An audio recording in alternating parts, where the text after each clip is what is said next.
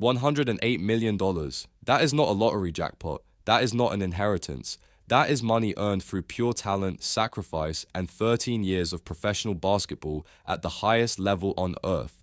Antoine Walker was a three-time NBA All-Star, an NCAA champion, and in 2006, an NBA champion. Over 13 years, he earned $108,142,015. 2 years after his final game, he was bankrupt. This is not just a story about basketball, this is the anatomy of a financial collapse and the playbook for redemption. Before we talk about the money lost, we need to understand why it was always at risk. Because what happened to Antoine Walker was not an accident. It was not bad luck. It was a perfect storm, three forces colliding that made financial disaster almost inevitable. The first was where he came from. Humble beginnings on the working-class south side of Chicago, zero exposure to wealth, zero understanding of how money actually works.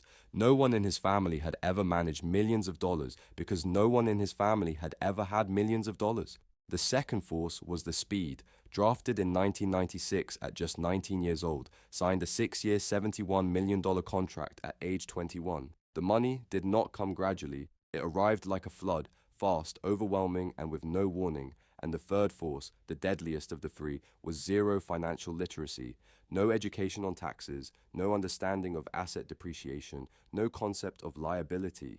As Antoine Walker himself said, the money came so fast without the education. That one sentence explains everything that followed. But before the fall, there was the rise, and the rise was extraordinary. 13 years in the NBA, career averages of 17.5 points, 7.7 rebounds, and 3.5 assists per game. His first big deal, $71 million signed at just 21 years old, made him one of the highest paid players in the entire league. A second deal worth $31 million followed. By the time his playing days were over, Antoine Walker had earned $108,142,015. That bar chart rising all the way to the 2006 NBA Championship, that is a life that should have been set forever.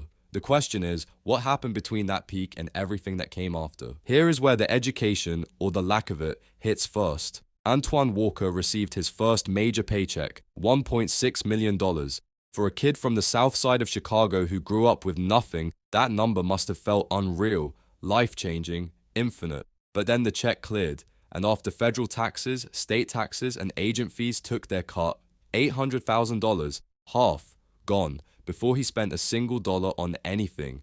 That is the brutal difference between gross and net income, and it is a mathematical reality that Antoine Walker was completely unprepared for. Most people never learn this lesson. Most people learn it too late. Antoine Walker learned it the hard way, but he never adjusted. Because if you do not understand that taxes take half before you even begin, every financial decision you make after that is built on a broken foundation. Where did $108 million actually go? Let's walk through it. Start at the top. $108 million, gross career earnings, first hit, taxes and agent fees, roughly 50%. Gone before he sees it, before he buys a single thing, before he makes a single decision. That leaves somewhere around $54 million in real take-home money over 13 years. Next hit, the entourage. $36 million spent supporting friends, family, and inner circle over his career. $36 million, with a return of $0. Then the lifestyle, luxury cars, 20 watches, designer suits, private flights for 10 people, a long-term relationship that cost $4 to $5 million in gifts and expenses. More millions, gone. Then came the 2008 real estate crash, 140 properties in the Chicago market. Walker was the personal guarantor for all of it. When the market collapsed, so did he. And at the bottom of that chart, the 2010 deficit, negative $12.7 million, from $108 million to owing money he did not have. That is not a slow decline, that is a financial freefall. Of all the ways Antoine Walker lost his fortune, this one might be the most important to understand because it is the one that almost nobody talks about, 30 people. He moved approximately 30 friends and family members into better situations, bought them homes, covered their rent, paid for Vegas trips, funded personal business ventures, and gave cash, freely, with zero accountability and zero expectation of return. $36 million. The total cost to maintain his inner circle over his career was $36 million. The return on that investment? Zero. Now this is not simply a story of greed or betrayal. Walker came from a community where taking care of the people around you is not optional, it is expected, it is cultural, it is love, but love without structure becomes a liability. And Antoine Walker, sitting at the center of that web with arrows pointing out in every direction, was not a generous man surrounded by friends. He was a one-man financial institution, being withdrawn from daily with no deposits coming in. His own words say it best. It ended up being an open ATM throughout my career. When financial experts analyzed exactly how Antoine Walker lost his money, it breaks down into 4 distinct categories of financial destruction: extreme depreciating assets, 8 to 10 luxury cars maintained at all times, 20 watches from Jacob the jeweler. Every single one of these purchases lost value the moment it was acquired. Unsecured debt, $770,000 in bad checks passed to Caesar's Palace and 2 other Las Vegas casinos. This ultimately resulted in a felony guilty plea, a criminal record on top of bankruptcy, unprotected lifestyle costs, $4 to $5 million spent on a 10-year relationship with no legal marital protection, no shared asset structure, and no financial agreement. When it ended, that money was simply gone.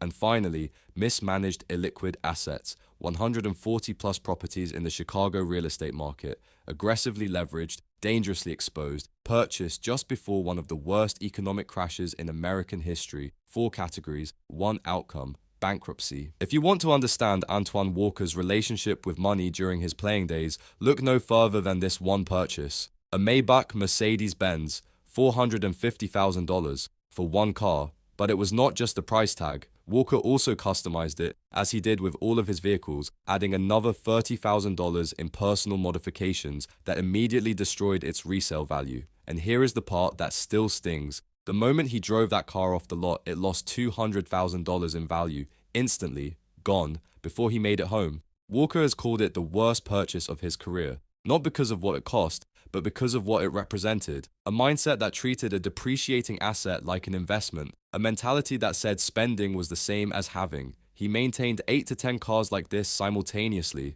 Buying cars is not investing. It is the rapid, relentless consumption of capital. There were 2 invisible forces steering Antoine Walker's spending, and neither of them had his best interests at heart. The first was his peers, the one-up mentality. If a teammate showed up to practice in a new car, Walker went out and bought a bigger one. If a famous friend got a new house, Walker got a larger one. It was a competition with no finish line and no winner, just an endless cycle of spending to prove a status that was already secure. The second force was the culture, the hip-hop mogul illusion, the lifestyle of Jay-Z and Puff Daddy, private jets, mansions, fleets of cars, diamond-encrusted everything, was being broadcast into living rooms across America. And Antoine Walker, a kid who grew up with nothing, saw that life and decided that was the standard he needed to meet.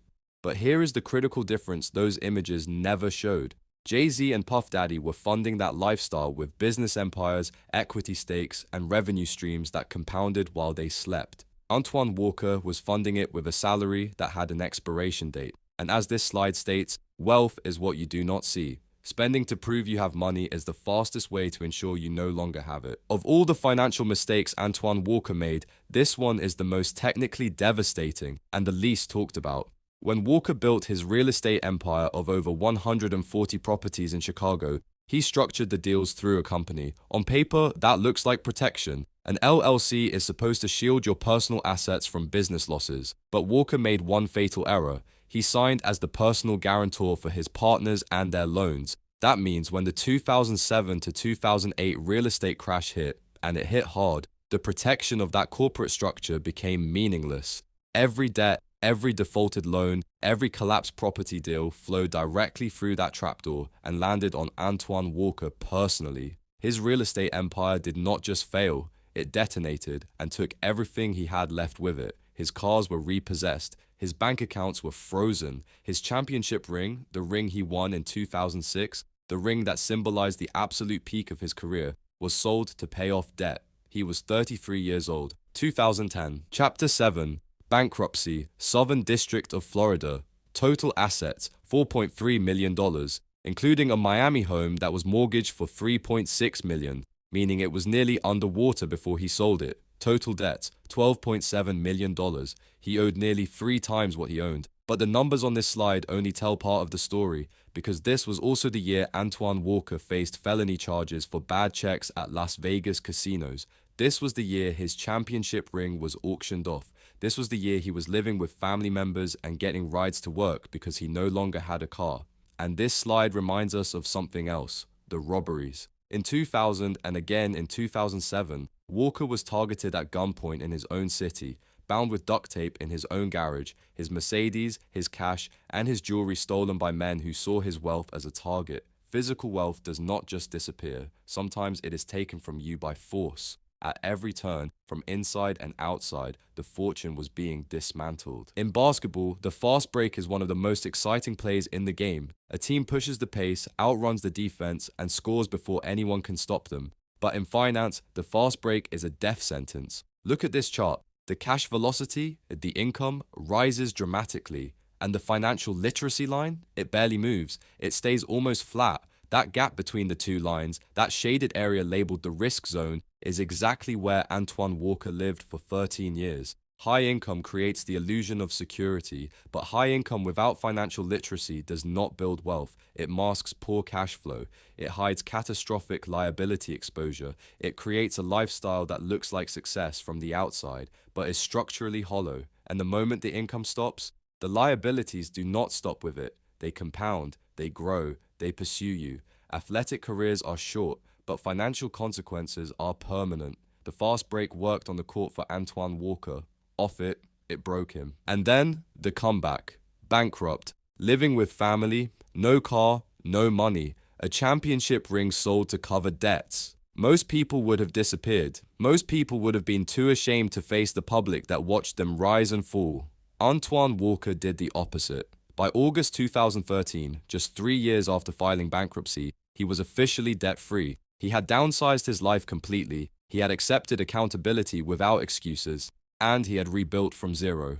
By 2015, he joined Morgan Stanley's Global Sports and Entertainment division alongside former NFL All-Star linebacker Bart Scott, and began using his own story as the most powerful financial literacy tool imaginable. His documentary, Gone in an Instant, put his entire rise and fall on screen for the world to learn from. He now speaks to college athletes, professional sports teams, and young people across the country with one mission: make sure they never go through what he went through. He lost $108 million, but he turned that loss into something money cannot buy: a purpose. Look at the difference between who Antoine Walker was and who he became. Then, his goal was keeping up with the mogul lifestyle of Jay-Z. Now, his goal is building quiet, sustainable generational wealth. Then, his network was an open ATM for 30 people with zero return. Now, he believes in accountability, boundaries, and structured support. Then, he had 140 over-leveraged properties with dangerous personal guarantees attached to everyone. Now, he advocates for conservative, risk-adjusted portfolios shielded by proper corporate structures. Then, his focus was gross income, the big number, the headline. Now, his focus is net income. What you actually keep, what actually protects you. Same man, completely different playbook. And that is the real lesson of this entire story. It is not that Antoine Walker was reckless or foolish. It is that no one ever taught him how to think about money until losing it all finally did. Antoine Walker lost $108 million because he played offensive basketball with his finances. He focused only on scoring cash, with zero defensive structure to protect it from taxes, from depreciation, from predators, and from himself. But here is what he wants you to take from his story. It does not matter if you make $100,000 or $100 million. The principles are the same. Know the difference between gross and net. Understand what a depreciating asset actually costs you. Build boundaries around your generosity. Never sign as a personal guarantor without understanding every consequence. And never, ever let your lifestyle outpace your financial literacy. Antoine Walker now spends his days doing what no one did for him when he was 19 years old and holding $1 million check for the first time. He teaches, he warns, he protects. In his own words, I try to get in their head and think about generational wealth. He lost everything, and then he built something no one can take from him: a legacy.